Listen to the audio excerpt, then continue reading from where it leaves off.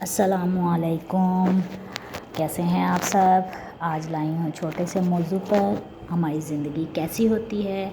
ہماری زندگی بھی موسموں کی طرح ہوتی ہے، کبھی دھوپ، کبھی چھاؤں، کبھی بارش، کبھی پتجھڑ اور اس موسم میں سب سے اہم چیز کیا ہوتی ہے؟ مقدر کی بارشیں کبھی اس قدر برستی ہیں کہ جل تھل کر دیتی ہیں۔ محبت، مان، خوشی کے ملے جلے اجزاء سے ملی بارشیں ہماری زندگی میں بہار کا موسم بھر دیتی ہیں، لیکن کبھی ان بارشوں میں غم، نفرت اور دھوکہ شامل ہو جاتا ہے تو سب کچھ پت جھڑ ہو جاتا ہے۔